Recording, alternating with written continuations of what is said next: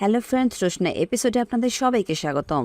রোশনাই সিরিয়ালে আমাদের আজকের পর্বে দেখানো হবে আরণ্যক রোশনাইয়ের সাথে মুম্বাই যাওয়ার সিদ্ধান্ত নিল, কিন্তু কেন জানতে হলে আমাদের টলি স্টোরি টাইম চ্যানেলে চোখ রাখুন। এদিকে কোর্টের বাইরে রোশনাইকে আরণ্যকের মা বলল, রোশনাই তুমি কথার মার পেছে যতই গরিমাকে ফেলার চেষ্টা করো, কখনোই কিন্তু তুমি গরিমার সঙ্গে পাবে না, আর সেটা চেষ্টা করেও কোনো লাভ নেই। সুরঙ্গমা মুখার্জি তো নিজেই তোমাকে মেয়ে বলে স্বীকার করেনি, তাহলে আমরা কোন দুঃখে স্বীকার করতে যাব? তখন রোশনাই বলল, তোমরা মানো বা না মানো তার উপর কি সত্যি কিছু নির্ভর করে? দেখো, আমরা দুজন অ্যাডাল্ট মানুষ, আমরা চাইলেই কিন্তু একসঙ্গে থাকতে পারি, আর এইরকম ঘটনা যে পৃথিবীতে ঘটেনি তাও তো নয়।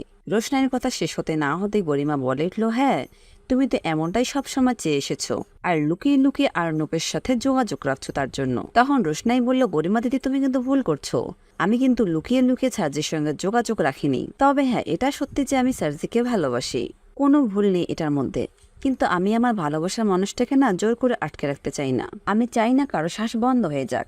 আর তুমি চিন্তা করো না, আমি সার্জিকে যতই ভালোবাসি না কেন, আমি ওনাকে ভালোবেসেই দূরে চলে যাব।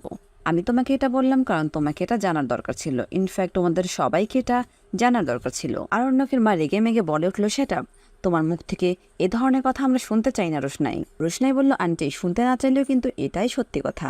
রোশনাইয়ের বাবা বলল, নিজের ছেলেকে জিজ্ঞেস করে দেখবেন, আমার ধারণা সে অসত্য বলবে না। এরপর রোশনাইয়ের বাবা বলল, রোশনাই আমাদের যেতে হবে। ঠিক তখনই আরণ্যক এসে সেখানে হাজির। আরণ্যক বলল, ও তোমরা এখানে, তোমাদের জন্য আমি ক্যাব বুক করে রেখেছি। আরণ্যকের মা বলল, কেন বাচ্চা, কিছু টাকার দরকার থাকলে তুমি দিয়ে দিতে পারতে, কষ্ট করে ক্যাব বুক করার কি ছিল? রাজা বলল, ভালোই হয়েছে, না হলে নিজের গাড়ির তেল পুড়িয়ে ওদেরকে পৌঁছে দিতে হতো না। এরপর গরিমা রোশনাইকে বলল, কত টাকা লাগবে তোমার রোশনাই? রোশনাই বলল, টাকা মানে কিসের? গরিমা বলল, আমাকে না বোকা ভেবো না, ঠিক কত টাকা পেলে তুমি আরণ্যকে ছাড়বে সেটা বলে যাও। আরণ্যক বলে উঠল, গরিমা। গরিমা বলল, চিৎকার করছো কেন? চিৎকার করার মতো তো আমি কিছু বলিনি। আরণ্যক বলল, এইভাবে তুমি আমার সামনে রোশনাইকে অপমান করতে পারো না। আরণ্যকের মা বলে উঠল, বাচ্চা যে অপমানের যোগ্য তাকে আর কিভাবে কথা বলবে বলো তো? তোমাকে ক্যাব বুক করে দিতে হবে কেন? ও ক্যাব বুক করতে পারে না? তখন বাচ্চা বলল, মা তুমি থামবে প্লিজ, যেটা জানো না সে ব্যাপারে তুমি কিছু বলো না। এরপর রোশনাই আরণ্যককে বলল, কেন বলুন তো, কেন আমাকে এতটা অপমান হতে হবে? আপনি কি একবার জন্য ভেবে দেখেছেন এই অপমানটা আমার ঠিক কোথায় গিয়ে লাগে? যে অপমান আপনি সামলাতেই পারেন না, আমি সেরকম মানুষের সঙ্গে কেন সম্পর্কে জড়াবো বলুন তো? আমি না আপনাকে আগেও বলেছি, এখনও বলছি, আপনি আর আমাকে বিরক্ত করবেন না প্লিজ। আমি চাই না আপনার সঙ্গে কোনো সম্পর্কে জড়াতে, চাই না আমি।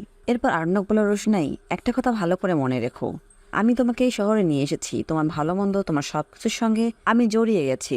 আর যে যাই বলুক না কেন, আমি তোমার থেকে কোনোদিনও দূরে সরে যাব না রোশনাই। তোমার কাছে যাওয়া থেকে আমাকে কেউ আটকাতে পারবে না রোশনাই, কেউ না। এরপর সেখানে ছোট এসে হাজির। ছোট এসে বলল, কি ব্যাপার রোশনাই, তোমরা চলে যাচ্ছ নাকি? রোশনাই বলল, হ্যাঁ ছোট, আমরা বাড়ি চলে যাচ্ছি, আর কাল পরশু হয়তো মুম্বাই চলে যাব, আর দেখা হবে না। এরপর আরণ্যক বলল, গুরুজি আপনারা যে মুম্বাই যাবেন আমাকে তো বলেননি। গুরুজি বলল, আমার মেয়েই সবকিছু ঠিক করেছে, আর কাল পরশু যে যাবে সেটা আমি জানতাম না। রোশনাই বলল, এখানকার কাজ মিটে গেলে আমরা কেন এখানে থাকবো বলো তো বাবা?